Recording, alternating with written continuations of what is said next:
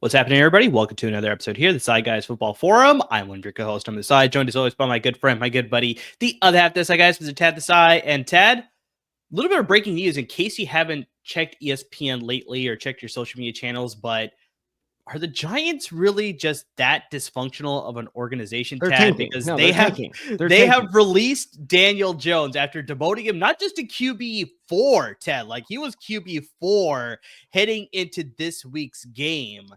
But now they have released him based on Daniel Jones' request. So he will most likely clear waivers because I don't think there's any team in the NFL that wants to take on the $12 million cap hit this year to pick him up right now. So he'll probably clear waivers and then somebody will pick him up. But just two questions for you, Ted. One, the first one that I asked you was like, are the Giants the worst run organization in the NFL right now? And number two, a great poll question that you actually posted on our social media channel, but just like, does this lock in the Giants to your, I'll say what your question was, but does this lock in the Giants to draft a quarterback in 2025? Number one, well, first off, you missed a crucial middle step in this whole process, which was amazing. Because I don't know if you saw this report. He went from QB1 to QB4 to practice squad safety. Oh, I missed that. Yeah. I guess I did miss that. Yeah. According to reports, he was playing safety at practice. Oh, Lord. And that's when he requested the release, which I don't blame him. Too. I don't blame him. Not only whatsoever. are you making me QB4, but now you're going to make me play safety? At that point, it just feels vindictive. Yeah, seriously. Good God, Dable. I know you didn't like it because if you watch that Hard Knocks, you know Dable did not like Daniel Jones. Like, none of this is surprising to me whatsoever, other than the fact that Giants granted him the release. Because, the PR they begin today. Woo! It's been rough. And I will tell you the worst part today, the Dallas Cowboys said they're not picking him up. I am so angry. That would have been amazing. There's a lot of people on social media that have been saying like the Cowboys could do the funniest thing ever and pick him up before the Thanksgiving game. Your season's already over. Just go for the PR stunt of like revenge games and all that. Like it's I would take Daniel Jones over what they have in their quarterback. I would take Daniel Jones. Yeah, he's better than Cooper Rush. He's better than Trey. Daniel Jones. Well, I don't want to say isn't bad because he's definitely not a good starting quarterback, but if Daniel Jones was back, you know what? I'll say this. If the Colts are going to go into next year with Anthony Richardson, I feel like this is for sure Joe Flacco's last year. Yes. So if they go into next year with AR and we have Daniel Jones backing him up, I'm feeling pretty good. Well, you should say that, but I'm feeling okay. I don't know. Feeling pretty good. All right. But to your second question, and yes, we did pose this question. Are they locked to draft a quarterback at number one or in the first round? I forget how I worded it. Your question was, will the Giants trade up to number one overall? My question is just, are they locked into a quarterback now? Yes. Yes, to lock into a quarterback. I believe, and that's why I worded it that way, is I believe now they're the lock to trade up to number one. Because number one's either going to be, in my opinion, New England or Carolina. I don't think Carolina's quite ready to give up on Bryce Young. We'll see how that goes. Yeah, so we'll see. But no, bottom line being Cam Ward, welcome to New York. I'm actually very curious to see how their offseason is going to go because obviously, like you talked about, they had the Giants off the Hard Knocks during the offseason. It's like we saw the viral videos of Joe Shane saying like we could get another running back in free agency. Clearly, we see Saquon Barkley absolutely decimating their own team when they played 28-3. I think was the final score of that game when they first played. And just now obviously you have the debacle with Daniel Jones. It's just like I wonder whether Joe Shane and Brian Daboll will last past this offseason. That's something that's very curious to me. I think we'll see speaking of the Colts, a reverse Colts move where same coach, new GM. Okay. I That's possible. think they're going to give Dable another year or two, but it really wouldn't shock me either if they just completely clean house. Yeah, part of me feels like they'll go clean sweep, very similar like the other New York team, which is also very dysfunctional. Yeah, who also fired their GM like 2 days ago. Like, what is going on in New York? You're the biggest market in the entire country. Get your shit together. And they can't figure it out for some reason. Yeah, I don't know. I don't know what to say.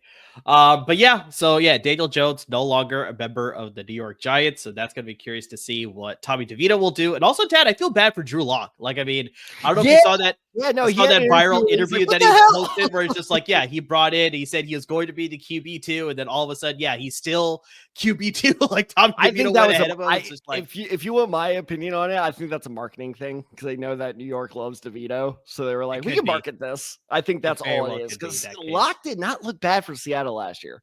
He didn't look bad at all. He looked pretty good in the preseason for the Giants as well. So it's just like there's a lot of potential with him compared to Tommy DeVito. So it's just like, yeah, that is very like, yeah, there's something going behind the scenes there where just that Sopranos agent needs the biggest of raises because that marketing he did. Oh my God.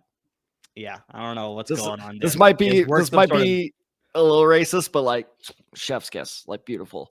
He worked some sort of crazy magic there to, get Tommy DeVito to be a starter again in New York. So, yeah, that's very interesting to see. So, I mean, Tad, with all this news, this sort of affects how your sports betting will work for this weekend. But I think the one thing that you could say as a constant, you got to bet with our good partners at Underdog Fantasy. Also, most certainly. They're keeping track of all the crazy stuff that's happening. So, yeah, whether Daniel Jones is starting, whether he's not starting, whether it's Tommy DeVito, whatever it is, they're adjusting the lines based on how things are shaping up for the NFL weekend. But in case, if this is too wild for you, like you want to stay away from NFL, well, hey, you got the NBA you could bet on. You could bet on the NHL. You could bet on men's college basketball, women's college basketball. Lots of other things to be betting on, guys, because Underdog Fantasy has you covered for all your sports betting needs. Get into the action with our promo code. That promo code is DESAI, DESAI. Double up on your initial deposit of $10 or more, up to $500, courtesy of our good friends at Underdog Fantasy. So, guys, get into the action. Lots of fun you can be having. The website's very easy to use, very user-friendly there. You can also use the apps both on Apple and Android devices. Very user-friendly, very easy to use there as well. So take advantage of the promo code. That promo code, once again, is DESAI, DESAI. Double up on your initial deposit of $10 or more, up to $500, courtesy of our good friends at Underdog Fantasy. So, Tad, I mean, that sort of shakes up sort of the starts and sits as well with the, Tommy DeVito news and the Daniel Jones news and like how is this all going to shake up? The guy I'm playing is starting Devin Singletary and I'm so happy. So that is going to be very interesting to see how this all plays out. Plus, Tad, we brought this up in our waiver wire episode at the beginning of the week. We have 6 teams on a bye week this week, and we only have one more bye week left in the regular season. 2 weeks from now, week 14, we'll have 6 teams on a bye week during that week as well. So this is a very critical week, especially if you're trying to make a late last-second push to try and make your fantasy playoffs. We only have 3 more weeks in the fantasy regular season left to go. I forget who it is. I don't know if you saw this, so maybe you can tell me, but it was either ESPN or Bleacher Report. One of them called both those weeks by Mageddon. Oh yeah, I think it was called like Bicopolis last year. Or so, yeah, something like that. Last year. So no, it's very appropriate because this is like, oh my God, the amount of trades in my league this week. Oh, and surprisingly, I was only part of one of them. Yeah, because you probably Tucker Kraft before this. I was gonna say Tucker Kraft. Welcome to Trader Joe's. Oh, that was a terrible trade. No. I adjusted the one that I sent you. Still, but yeah, so guys, we have 6 teams on a bye week this week. We got the Atlanta Falcons, the Buffalo Bills, the Cincinnati Bengals, the New Orleans Saints, the New York Jets, and the Jacksonville Jaguars all on bye weeks this week. So Tad, how did this affect your start and sit decisions? Let's start with the quarterback position here. I'm going to kick things off because I have a start here. And, based on his track record over his recent weeks, this is a guy that I think is a great start this week. That is Bo Nix. Good job. Versus the Las Vegas Raiders. So, Tad, Thought you were going to say Anthony Richardson. I was ready to kill you. No. We already talked about Anthony Richardson. It's a terrible start this week. Stay away from that. That is not happening this week. But Tad, through his first 6 games of the season, Nix was averaging the following stat line: 180 passing yards, 0.8 touchdowns, and 0.8 interceptions. So pretty much a touchdown to interception ratio 1-1 there. But if you look at the last 5 games of the season that he's played, he has upped that average to 238 passing yards per game, 1.8 touchdowns per game, and only 0.2 interceptions per game. So, I mean, this guy has clearly learned something over those first 6 weeks. He is definitely getting better chemistry with Sean Payton, and Sean Payton's trying to figure out how he could incorporate Bo Nix better into the system as well. We're seeing it come to fruition here.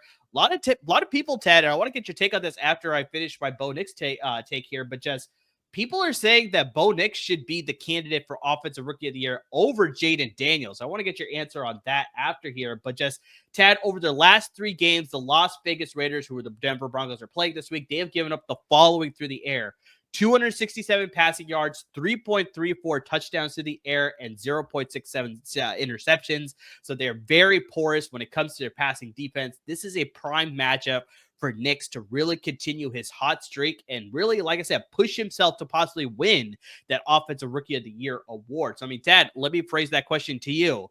Who do you think is your Offensive Rookie of the Year right now? Is it Bo Nix or is it Jaden Daniels? It's tough because had you asked that question 2 or 3 weeks ago, that would have been patently ridiculous, right? Because but Jaden Daniels has dropped off a cliff. But that's exactly what happened, right? Where it's like Bo Nix started low and Jaden Daniels was high, but now it has flipped where it's like their seasons are trending in a different direction now. And so we'll see how, Jaden Daniels can sort of turn things around. But yeah, as of right now, it's like Nix is definitely climbing into the race. I think he'll finish second, but it's just so much clearer that Jaden Daniels is the one elevating this team. While with the Broncos, I'm pretty sure this is just Sean Payton's system. If anything, Sean Payton, dude, way to repair your image. I thought Russell Wilson has, been slowly playing himself back in the Hall of Fame, and Sean Payton probably coaching himself back into the Hall of Fame, because after the disaster of a train wreck last year it's like, oh shit, the system does work when you have the right guy. And that's the funny thing too, is because, I was talking with my friends about this last weekend of like, dude, Bo Nix looks like the second best quarterback in this class. And of course, my Bears friend Matt was screaming at me. He's like, no, like, look at the first 3 weeks. Well, let's look at those first 3 weeks, because all the Broncos really did was run the ball. It was clear they didn't trust Bo Nix. And then, shit started hitting the fan, and they were like, all right, we got to start airing it out. And it was like, oh, shit, it's actually pretty good. So, no, I really like this. And it's too funny you should say this, because I don't know if you remember this, but we did our bold fantasy predictions back in August. Mm-hmm. And I said, or maybe it was back in July, depending on when he got hurt. But I said that 3 rookie quarterbacks will finish in the top 15. Yes. And one of them was JJ McCarthy. Yes, I remember that. Then JJ McCarthy goes down, and you texted me like, all right, what do you want to do? And I'm not entirely sure, but I'm pretty sure I was like, just throw Bo Nix in there. I don't give a shit. Yeah, I think he just stuck with the take. Yeah. Yeah, I know I stuck with the take. I just don't know the third quarterback I threw in there. I'm pretty sure it was Bo Nix. I don't know if you named specific quarterbacks. I did. It was just I did. 3 rookie quarterbacks. In the episode itself, I think you said JJ McCarthy, but then after the episode aired, it was like, well, now he's hurt. So here's the worst part is there's no 2 out of 3. If the Bears could only get their shit together, that would actually pay off. But I don't think Caleb Williams is going to finish in the top 15. But look at that. I know what I'm talking about when it comes to my rookies. Except for the guy you're going to mention later. But yeah, Bo Nix is looking like he's getting more comfortable in that system. Sean Payton is working with him, and just like, it's really working well. And like I said, they have a great matchup this week against the Las Vegas Raiders. Tad, I'm pretty sure you got to sit for us at the quarterback position. What do you got for us? I'm so happy about this one because he looks terrible this year, and it's making me very happy. Buddy, where's the Jim Cramer? God, do we still have a Jim Cramer button? Did we ever? Ryan, where's Ryan Dyrud? We need to get a Jim Cramer button. Is that in the budget? I don't know. It can't cost that much. It's just a quick little graphic and a little Anyway, bench until further notice. CJ Stroud.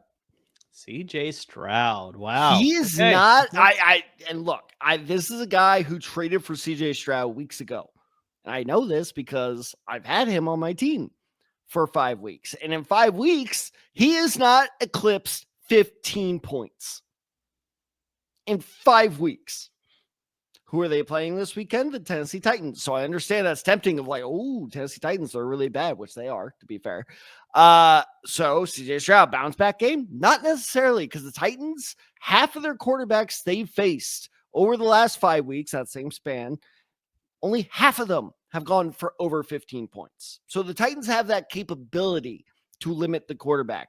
And on top of everything else, you have a cold quarterback who, and I said 15 because he got to 15 like 3 weeks ago, but other than that, he hasn't passed 10 points. So you have a very cold quarterback with a still injured offense against a underrated defense, in all honesty. I like him. And you know what? The fact that he underperformed, I cut him from my team entirely. So he's not even on my bench anymore. He is off my team. Jared Goff replaced him, and that is a way better pickup. CJ Stroud, it's not there this year. Yeah, it's very interesting because I sort of brought this up, I think, a couple of weeks ago, where it's like, with all the injuries that they are suffering in the wide receiver room, you think this is the chance now for CJ Stroud to elevate the team and really prove himself. And I was one of those idiots of like, he'll do it. But yeah, we just didn't see it. And it's like now he's slowly starting to get his weapons back. But just like, yeah, I think we still have to wait and see whether he could sort of take that level again now with the receiving options that he'll have. So Nico Collins will be back, Tank Dell, obviously. But just like, yeah, still no Stephon Diggs. He's obviously done for the year. But just like, you wonder whether he could sort of climb back and be a proven commodity for a starting fantasy quarterback. But yeah, based on the track record and just what we've seen, it seems like he's just not that guy who could elevate everybody just yet. I think there's still obviously potential out there. It's only in his second year, folks. So I mean, it's like, let's calm down. If you're a dynasty manager of CJ Stroud, this is not like, sell everything. If you're a dynasty manager, do not cut him. Do not do what I think it's for the purposes of redraft for this year. Just like, yeah, all the hype that was surrounding him entering the season, unfortunately, he just hasn't been living up to that hype yet. Well, let's talk about what we've seen, because again, as a former CJ Stroud manager, it's been hugely annoying and I understand why they're doing it, because clearly it's working. There's only one man that matters in that offense, and his name is Joe Mixon. Yep. Like, they are leaning on him so heavily, and they are giving him 20 to 30 carries a game. And like I said, it's working. So I'm not saying it's a bad game plan. I'm just saying, if you're a CJ Stroud manager, yeah, it's a bad game plan for you. But for them, I think they're just going to keep leaning on Joe Mixon. Yeah, no, that's fair. That's fair. It's been working. So it's like, why would you not want to do that anymore? So yeah, CJ Stroud as a sit this week. That's actually a pretty good call. I like that one for sure. All right, Tyler, talking about Joe Mixon, let's get to the running back positions here. Do you have a starter sit for me this week? How about this? You ready for this? Okay, let's hear it. I got a twofer for you. Okay, let's hear it. A pair of Williams to sit. Pair of Williams. A pair of Williams. The first one, Javonte Williams. Yeah. Yeah, sit him. We'll talk about that in a second. And how about this for a hot take? I'm sure LAFB fan base is going to love this one. Sit Kyren Williams. Okay, very interested by that sit. Okay. So, all right. So let's start with Kyren. He hasn't gotten more than 10 points in the last 3 weeks if you're in a standard half PPR league. So his scoring streak ended 3 weeks ago. And clearly, if he doesn't score, he's not going to get you over 10. And then you look at Philadelphia, who the Los Angeles Rams are playing this week. They've only actually, you know what? Let's play your favorite game. Over under 2 rushing touchdowns allowed by Philadelphia all season. I'm going to say exactly 2. I gotcha. It's 3. It's 3, of course. But yes, only 3 rushing touchdowns, 2 running backs at least, allowed by Philadelphia all season. This defensive line that, granted, they've invested like all their capital in, and Jalen Carter just had to do the stupid street race so he could slip to them. It's that dude's a haul of it. He's the next Aaron Donald. I'm calling that right now. It could be. I'm calling that right now. That dude is good. But point being is, that Eagles run defense is absolutely legit. So I think that Kyren's score streak continues. Maybe he'll get a receiving touchdown, but with Puka and Cooper Kupp now both healthy, I don't see it happening. So I don't like Kyren Williams. I think that's a bait and switch there. And with Javonte, okay, in the last 3 weeks with Javonte Williams and the Denver Broncos, he went from 17 carries to 11 carries to 1 carry to 9 carries. Yeah. The hell's going on? Yeah, and for our audio audience, like Amir's just shaking his head, which is the proper reaction, because the only people that know what's going on are inside the Broncos building, and they're not going to tell us what's going on. So could Javonte have 15 carries and make me look like a total moron? Maybe. Could Javonte have 2 carries and make me look like a total genius? Maybe. He's too much of an unknown to put in my starting lineup, especially like you pointed out earlier in this episode. We are getting into crunch time, people. It is make it or break it if you are going to stay in playoff contention. An unknown in your lineup, this is not the time to play around. So am I saying cut Javonte? No, because maybe that was just a weird outlier, that one game with the 1 carry. Maybe it was a sign of things to come. No one knows. And if you are listening to some other fantasy expert like, hi, Javonte Williams is going to get, no one knows what the future of the Broncos backfield looks like in terms of the next few weeks. And that's just too much of an unknown to start. Yeah, I've said this on the podcast before, but just like I just don't understand what Sean Payton's deal is with Javonte Williams, because it's exactly like you said, where it's like there's some weeks where he absolutely loves him, but then there's some weeks where he's like, no, I want nothing to do with you. You're not going to get the ball. So just like I have no idea what the dichotomy is week to week, where it's just like, yeah, sometimes I'm going to use him a lot, sometimes I'm not going to use him at all. So it's just like it's too hard to trust. And yeah, I think Tad hit the nail on the head there, where it's just like, where if you're in a position where you try to make a playoff push, he is just too much of a question mark, a wild card for you to trust this week to be like, yes, I know that he can get me serious points for a fantasy roster. It's just I really just don't know what you're going to get from him. So I know the popular pick has been him to the Cowboys, but Ashton Jeanty, how you say it? Genty, yeah. Genty. Oh, what if he's a Bronco next year? God, that'd be so cool. I'd be so down for that. They would waste him just like Javonte Williams. No, they'd totally use him. No, that'd be like, well, actually, hold on. Did Sean Payton ever have Reggie Bush, or was that before Sean Payton? He did have Reggie Bush. See, he would be as Reggie Bush.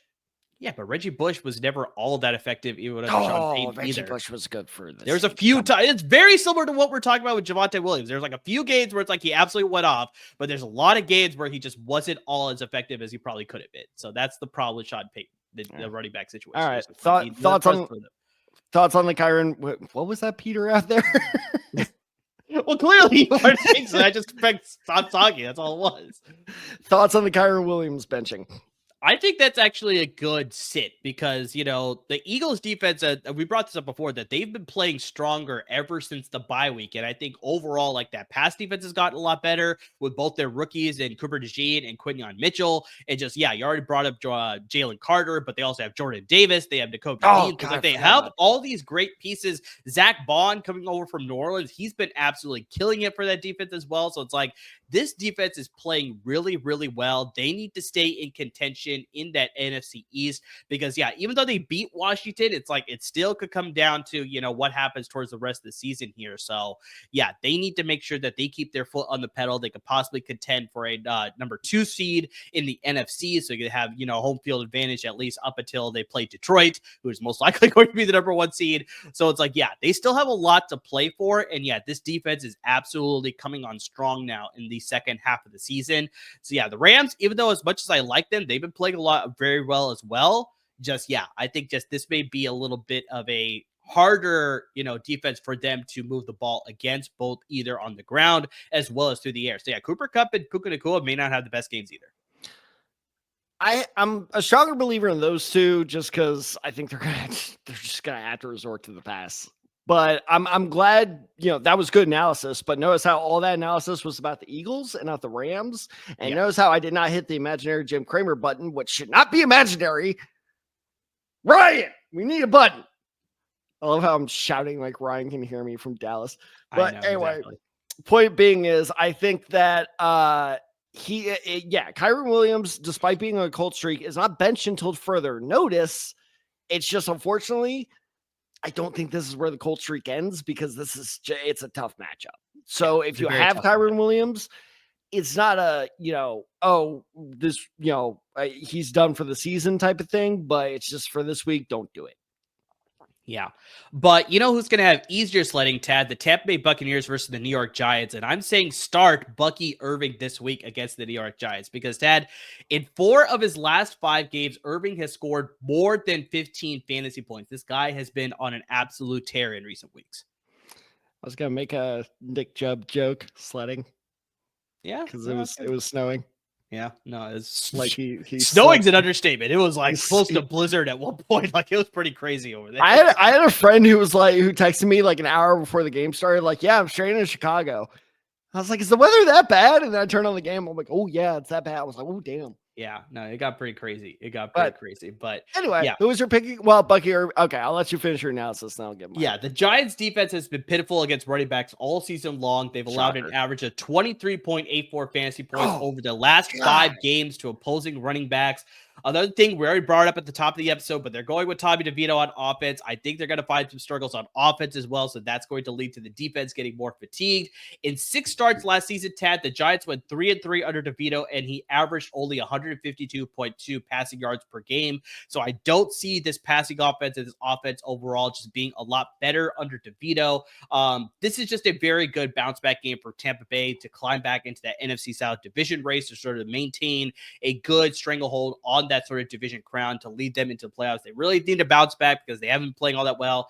Coming off the bye week, I like the Buccaneers to take advantage of the Giants allowing 5.3 yards per carry, Tad, which is the worst in the NFL right now. So yeah, Bucky Irving, Rachaad White, if you're a Rachaad White manager, he's a great start as well. I think both those guys are going to do absolute damage against a very bad Giants team right now. Oh, I was with you all the way up until the end. All the way up until then, because I'm going to give a metaphor, because I know this is going to sound like the dog in the house on fire meme. Like, this is fine. I have a more apt one. It's not a meme, but you've seen Titanic, right? Yes. Okay. So, when like Jack and Rose are almost at the deck and they find I think it was like the ship's engineer, designer or whatever. Yeah. And he's just like sitting there and they're like, come on. And he's just like, no, I'm good. Like, that's Rachaad White right now. Of like, this ship is going down. Cheers, I'm going down with it. Like, there's nothing I can do. And that is exactly the reason I had Rachaad White on my team for the last couple of weeks, and he's done well.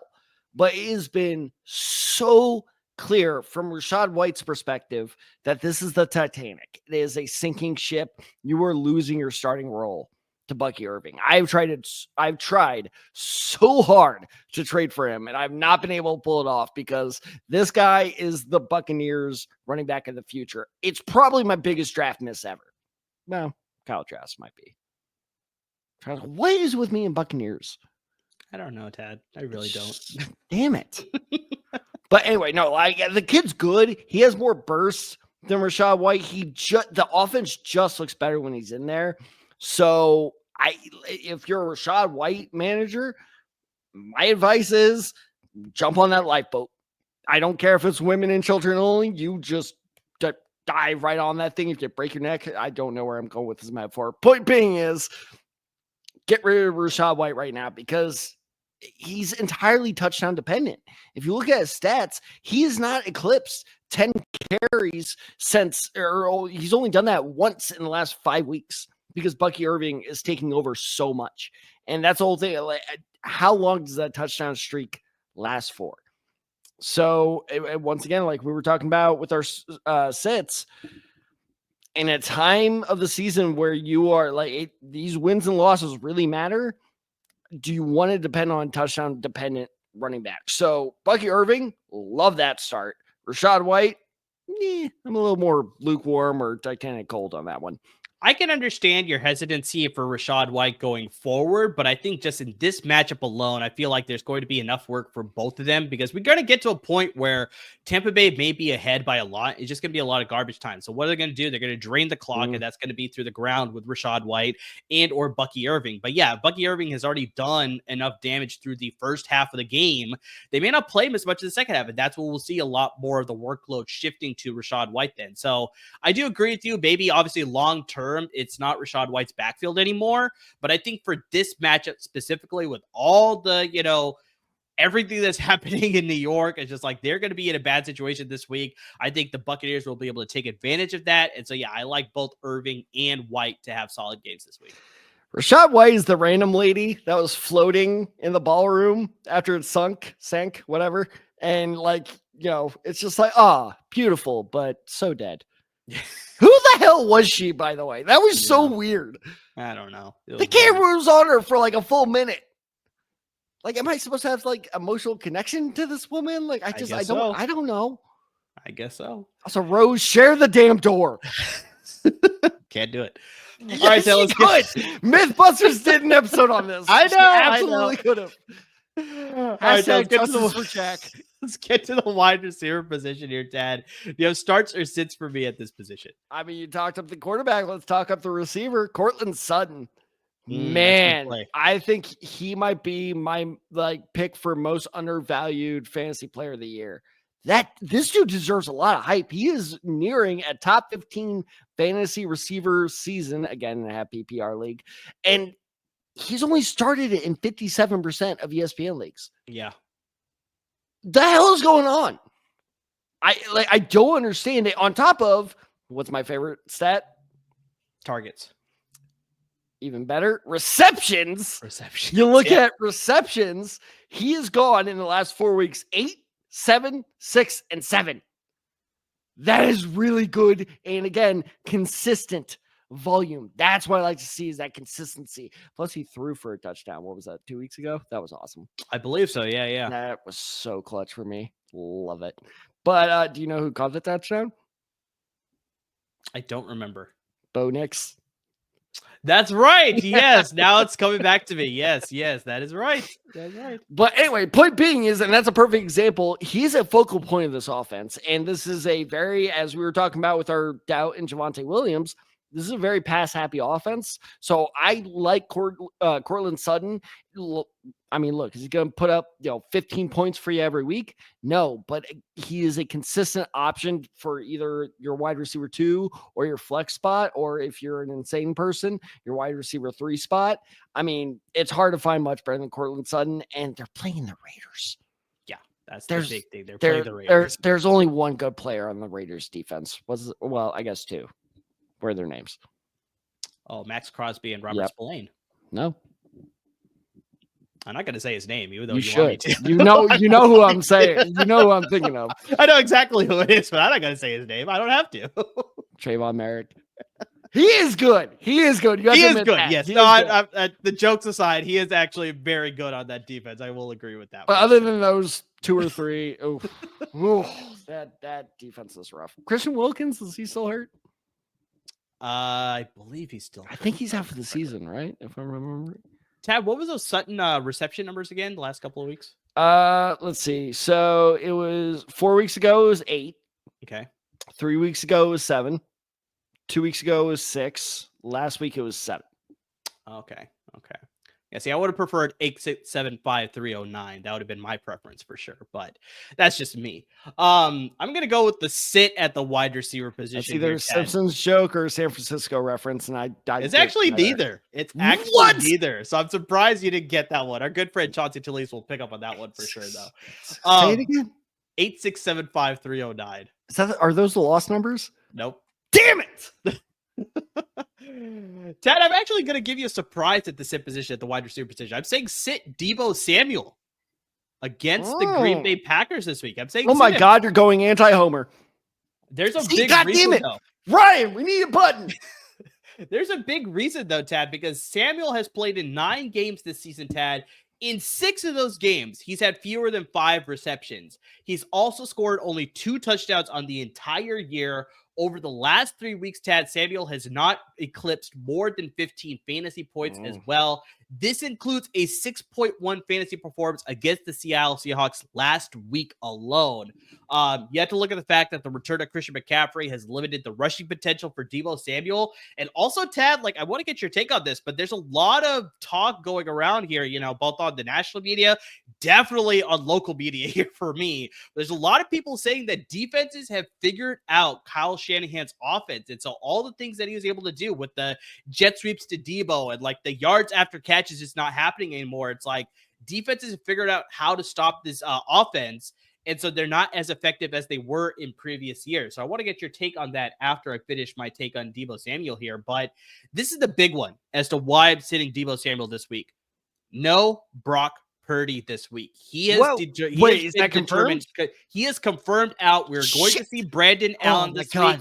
Thank God I picked up Jared Goff. Holy shit. Look at the defense. No Nick Bosa this week as well. There's also a possibility that the Niners may be without Trent Williams dealing with an ankle injury. He has not been confirmed out just yet, but there's a possibility that he may not play this week as well. So you look at just the Niners. They're going to be hobbled going into this game on the road in Green Bay. We saw the weather in Cleveland. It's not going to be that cold in Green Bay. They did experience snow during the week, but yeah, I think during the game we may see some rain, but not snow. But just overall, the weather is not going to play into the fact that the Niners will be able to air it out more. They may lean more on the ground game, but you also look at Green Bay. They have allowed the 10th fewest fantasy points to opposing wide receivers all season long. So they've been very good against opposing wide receivers when it comes to fantasy football as well. But just overall, the way the Niners have been playing, I am not excited for this matchup against the Green Bay Packers.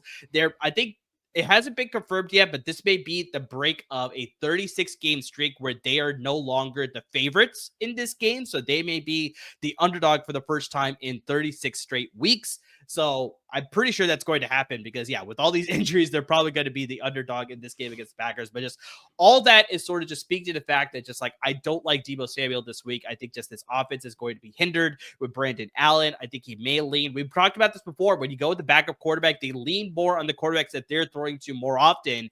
That's not Deebo Samuel. He's running with the ones. Brandon Allen is throwing to the likes of like Ricky Pearsall and Jawan Jennings and Jacob Cowie and like all those guys. So it's like we may see good games from them, but overall, I just don't like this Niners offense all that much going to Green Bay. So I'm saying 100% sit Deebo Samuel this week. Is that the Arkansas Brandon Allen? That is the same Arkansas Brandon Allen. Yes, the Razorback. I really hate the NFL sometimes. Like a lot of people are surprised that they're not going with Josh Dobbs, that they're going with Brandon Allen instead. So yeah, it's an interesting move. But yes, Brandon Allen has been confirmed as the starter. Brock Purdy has been ruled out. Well, yes. So if you're like me and have Brock Purdy on your team, hopefully you're like me and you're in the lucky, 30% of leagues that have Jared Goff still available. Go pick him up because who are the Lions playing? The Indianapolis Colts. And how is their secondary? Pretty bad. Fucking terrible. Okay. So anyway, I'm starting Jared Goff this week, which will lead to some very conflicting feelings, but just I'll deal with that when the time comes. Point being is, no, I completely agree with you. And it's too funny. Even before the Brock Purdy news, specific to this week, is I was offered a trade where essentially, I upgraded other positions, but I would downgrade in my opinion, from Drake London down to Deebo.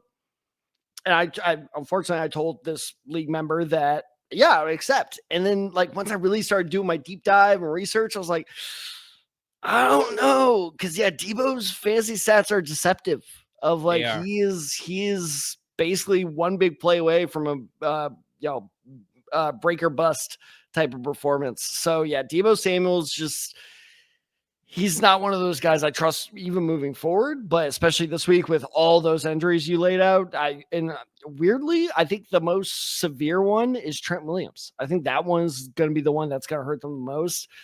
Yeah. He has not been confirmed out yet, though, but it's trending towards he may not play. When did that Brock Purdy news drop? Because it's been happening all this practice week. Yeah. Well, he was questionable all week, but I literally checked. Okay, because I checked this morning and he was so questionable. I'm like, okay, Brock Purdy's playing. Thank God. God damn it. Okay, Jared Goff just demolished my Colts. Damn it. I hate this. All right. All right. So let's move on to tight ends. You talk. Yes. I'm going to look up better free agent quarterbacks on the market. Okay. So Tad, I'm going to stick to the same game here because I have a sit at the tight end position. I'm saying sit Tucker Kraft versus the San Francisco 49ers. So The Niners defense has actually been pretty stout against opposing tight ends this season. They've allowed only 3 tight ends all season long to score double-digit points against them. They're allowing an average of 30 receiving yards to opposing tight ends all season long. San Francisco has also allowed only 2 receiving touchdowns to opposing tight ends all season long as well. Kraft has also cooled down the past couple of weeks. He's totaled only 34 receiving yards across both games in his last 2 game appearances. He has a total of 7 targets and 4 receptions across both those games as well, totaling for only 7.6 fantasy points combined in both of those games. So yeah, you look at this matchup, I could see them maybe leaning on the ground more. So we may see a lot of Josh Jacobs in this game. So we may not see a lot of passes through the air for this Packers offense. So yeah, I like the Niners defense. Even though I don't like them to possibly win this game, I like this defense to shut down Tucker Kraft, and maybe all their damage will be done because Charvarius Ward is missing another game this week. So their secondary is a little bit more vulnerable. I could see more, Christian Watson, Jaden Reed, Romeo Dobbs, those types of guys going off, but maybe not necessarily Tucker Kraft. And so yeah, Tucker Kraft this week, I like him as a sit, surprisingly, against the Niners defense. I completely agree with this. And like I said, I just traded for him, and he's still on my bench for the guy I'm about to name. Because, this just is not a good matchup. You guys have been strong against the tight ends this season. I was half listening while you were talking. Have you mentioned that you only allowed 1 touchdown to tight ends all year? We've allowed 2. 2? Oh, wow. I didn't know you allowed the second. Well, never mind then. You guys suck. Yeah, we're terrible. Yeah, absolutely god awful. All because of D Winters. But no, I think this is an excellent sit, but that there again, this is kind of short term versus long term. I do like Tucker Kraft's season. I think 100% can continue being an optimal part of this offense, but in terms of this week, not great. Don't start him. Damn it, Fred Warner. Honestly, ready for this? According to Sharp, I don't know what that stands for. Best quarterback free agents available, Ryan Tannehill. Interesting. I mean, I would start him over Brandon Allen. This is a throwback name. Kellen Mond. Okay. Out of Texas A&M, I think. Damn it. Yeah. I'm a particularly big fan of this third one. And I think he is better as well. Max Duggan. No. I think we're fine with the quarterbacks that we have. It's just overall, it's just not a good matchup. I think Brock Purdy's going to be fine after this week. Hold on. 3 more names to consider. Nate Sudfeld. He was actually on the Niners team. Was he actually? I did not know that. Mm-hmm. Okay. Well, hey, maybe he can make his return. 2 more. PJ Walker. PJ Walker. Yeah, he's a flash in the pan. XFL, UFL, whatever. MVP. Yeah. And then the final one is, of course, Daniel Jones. Daniel Jones? There's actually talk that the Niners may be interested in signing him as a backup next. Wouldn't it be terrible? Wouldn't it be terrible? I mean, oh my God. Well, I actually never gave my opinion on this, but the Shanahan, kind of getting figured out type of thing. Sorry, someone's calling me right now and interrupting me. But, first off, that way, I mean, you want to talk about reputation saver, he doesn't need it. But still, if he rehabilitated Sam Darnold and Daniel Jones, oh my God, you're employed for life at that point. Yeah. But no, I think it's one of those things of it's you in one question, you're asking me 2 different questions. One, has Shanahan been figured out? Which, yes, I think he has. And the reason I think he has been is because, and here's the problem when you're really successful, your coaching tree tends to stretch out, right? That's so a lot of Shanahan disciples have gone out, and a lot more coaches have been able to you just get a wider sample base. Yeah. Of all right, this is how the offense works. So yeah, I think he's been figured out. Because you guys have not been explosive at all this season. You've turned into the boring 3 yards, 3 yards.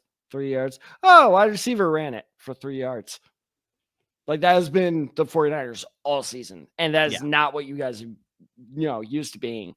So has he been figured out? Yes.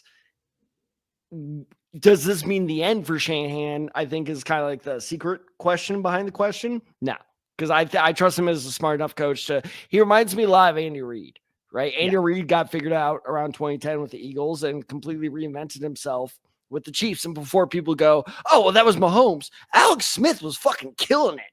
and Kansas City. People forget that the Chiefs they were really a good do. team before Patrick Mahomes came into the picture. So it's like, yeah. So that's the whole thing is like Andy Reid was able to like figure it out and like adjust to the times. And I think Shanahan's that smart too. So what were we talking about? Do you have a start at the tight end position? Do I? Oh yeah, I do. It's the guy I'm starting actually. I don't feel it's a risk. It's a big gamble, but if he pays off, he's gonna pay off. Hunter Henry. That's a good pick. I like that pick. Yeah. So here's what makes me nervous. So he's seen at least 8 targets in the last 2 of his 3 games. So he went from 9 points to 1 point back to 9 points. I'm very nervous he might hopefully that's not back to a 1-point game. But the point being is he has seen so many targets. He's seen, hold on, I have the number. He has seen 8 targets or more in every game that Drake May has started. Yeah. And May for now is healthy. So, yes. And do you know who the Patriots are playing this week? The Miami Dolphins. You are correct. Wow, good job. No wonder you make fun of me for having bad memory. You have an amazing one. But point being is, yes. And I think the Patriots are going to have to pass it a lot to stay up with this offense. And that hopefully means a lot of targets toward Hunter Henry. So I'm hoping for good production there. Again, it's a risk because we're only 2 weeks removed from a 1-point performance, but I think that's a risk worth taking. And look, like I said, viewers and listeners, it's one I'm taking with you. So it's not like it's just like, oh, that was bad advice. It's like, no, if I get this wrong, I'm losing too. Yeah, no, I like that play. I like Hunter Henry against Miami. I think they could air it out towards him a little bit more. I could see that target number still being at 8 in that game too. So yeah, I like it's just like hopefully they can make something out of that. Yeah, his target, because actually that 1-point performance, his target number was, I believe, 6. It was either 6 or 7. So you still targeted, they just couldn't do anything with it. Yeah. But this also goes and reinforces your sit decision on a Kraft, because again, I have both on my team, Hunter Henry and Tucker Kraft. I'm choosing Henry over Kraft because I completely agree with you. That is a shit matchup. Yeah, I agree. I would take that start over Tucker Kraft as well, 100%. So, Tad, let's get to the defenses and kickers. Do you have starts or sits for me at either position? So, I should have listed this. Do you have a sit or start at defense? My defense is a start this week. Okay, great. I got a sit for you. Oh, that's right. That's why I picked these people. Okay, thank you. And this is a surprising sit. You ready? Okay. You sit that Ravens defense. Yeah, they've been bad. They've been bad, and the Chargers have been good. They have been very good. So the Ravens defense has only gone over 8. See, I should have known this from the first bullet point. Damn it. But the Ravens defense has only gone over 8 points once this season. Yeah. So it's not like they've been terrible, but they haven't been good. The Chargers, well, I'll ask you, over under 2 opponents they've let over opposing defenses, they've let score over 8 points this year. Under.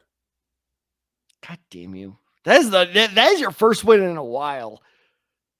You also haven't played this game in a while, though, to be fair. Damn. Yeah. But played it twice in this episode. We had a streak going, and you're like the Browns who just broke the 0-whatever record, 0-18.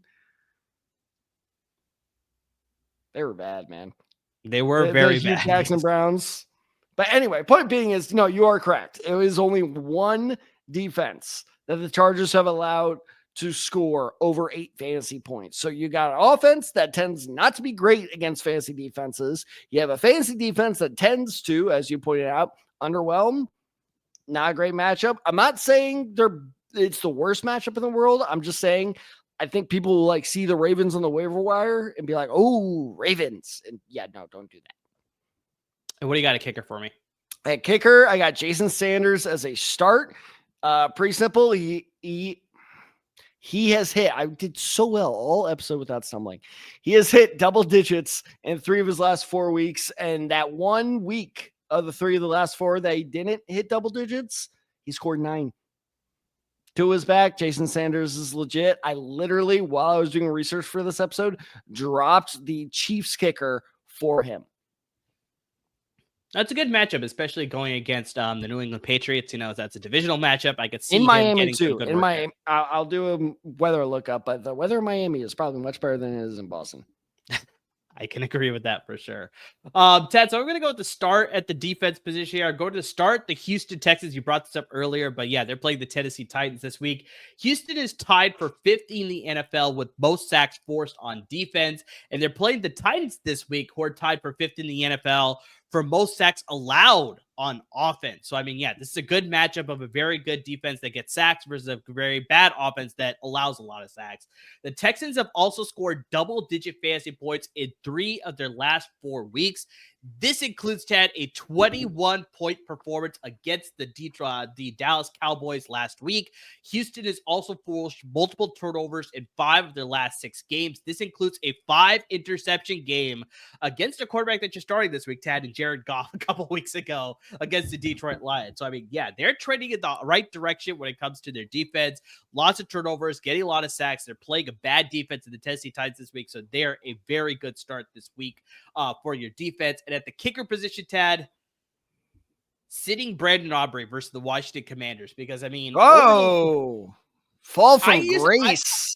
I remember when we got the news about Dak Prescott being out for the rest of the season, I was like, maybe I trust Brandon Aubrey. But, Tad, if you look at the last 2 games of the Dallas Cowboys, they have scored a total of 15 offensive drives.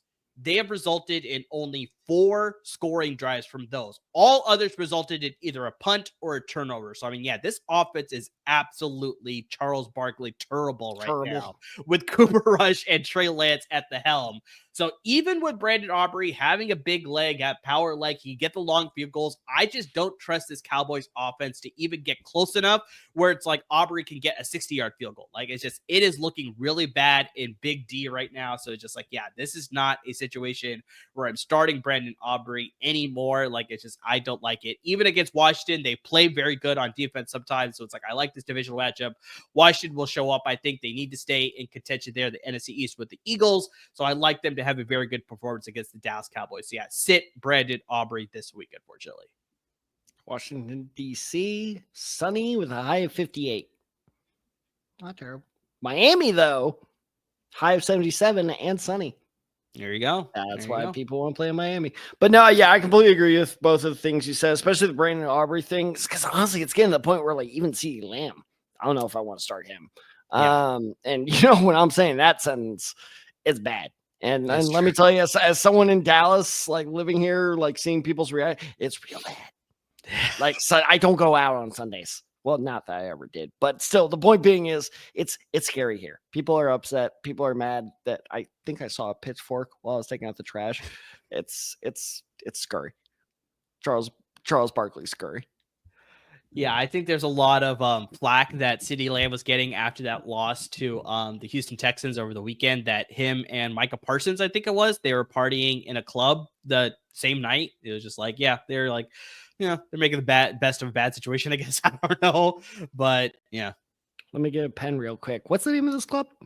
I don't remember the name of the club. They didn't mention it on social media handles there. But was it Clutch? Yeah. No, Clutch closed down. No idea. But guys, that will be our week 12. That is a joke only Dallas listeners are going to get.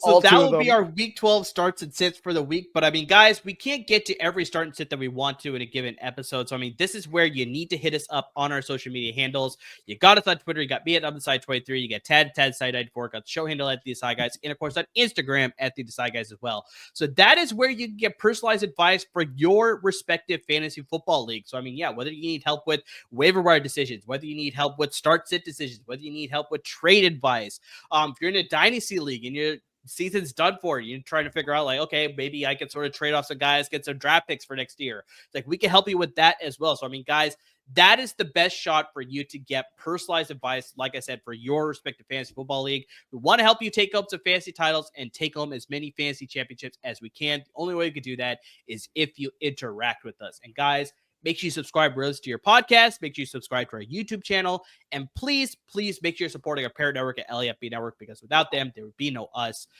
They're giving you a lot of great content when it comes to the Rams and the Chargers. Got that big Chargers and Ravens game coming up this week. So we got a lot of great content coming there about the 3rd edition of the Harbaugh Bowl. So, I mean, that should be pretty fun. So you got the Rams and Chargers at the pro level. You got the Trojans and the Bruins at the college football level. But Tad, we're no longer doing just football. We're doing all That's the true. big three. So we got you covered when it comes to the Lakers and the Clippers on basketball. And once the baseball season starts coming around the corner at the beginning of next year, we got your Angels and Dodgers coverage as well. And pretty soon, I'm pretty sure we'll get the big four. We'll give you some LA Kings coverage as well. Oh but my guys, God. I just got a push alert. Mike Trout traded to the Cardinals. Yeah, right. You wish. Oh, come on. Let me believe. No. Yes, take the shell of Mike Trout. That's fine. I'm pretty sure the Angels I'll will be take fine him, with dude. It's better than whatever we got running out there. But guys, they're giving you a lot of great content. So lots of great content coming from a lot of great content producers over there at LAFB Network. But to everybody who's already, subscribed to our podcast, who's watching our videos, who's interacting with us on social media, who's, watching our YouTube shorts on our underdog bets, which we'll have another one coming this weekend as well. To anything and everything that you're doing to support the podcast, we really can't thank you enough. Fucking Jordan Walker running around out there in center field. You try putting up with that for a season, see how you feel. Wait, you guys still have Tommy Edman? Oh, no. Oh, you son of a bitch. You still have Jack Flaherty? I knew you were going to go there. I knew you were going to do it. You still have Tyler O'Neill? No, you don't have him either. Wait, where is Tyler O'Neill now? Is he a Red Sox still? He is a free agent, so I mean the Cardinals could. But he was a Red Sox, though. He was a Red Sox, an all-star. He was an all-star. Wow. This is why you always beat me at Matt Clay Grid. Anyway, point being is, as you can tell, clearly we're fans of sports all across the board. I'm trying to get more into UFC as well, and maybe that'll become part of the network, because we are no longer, as Amir pointed out, the LA Football Network. We are the LA Fan Base Network. So check out all the other amazing podcasts we have, including Salute to Troy, hosted by Amir's good friend, Al Rowe. They go live every Sunday. I think that's going to stop once the season ends. I'm not entirely sure. He still does a lot of great content in the offseason as well, because he does great content in the offseason. I'm just not sure if it's live. Too, so I'm just not sure if it's live. I think that stops. Yeah, but and it helps get familiar with Al, because he helps us a ton with the draft stuff that Amir and I are going to start. Good God, we have to start gearing up for that. It's like breaking out the Christmas tree. You're like, oh, damn it, I need to do that. So anyway, so Al is a great football expert, so be sure to check him out with Salute to Troy. And I mean, it's a fan-based network, so if you're not a fan of football, if you're not a fan of baseball, if you're not a fan of basketball, but you are a fan of movies and TV shows, check out the LA Confidential, because they talk about all that stuff as well on top of sports, which is like my dream scenario, and I've been trying to convince Amir to do it, but he refuses. But point being is, LA Confidential, hosted by very good friend of the show, Chauncey Talese. Be sure to check them out, because they do an excellent job of walking that tightrope between popular culture and football. So be sure to check. And also Chauncey helps us out a lot with the draft stuff as well. So great analysis you can find over there. So be sure to check them out. And guys, thank you for checking the show out. Thank you so much for listening. Thank you so much for watching. And as always, everyone, please stay safe.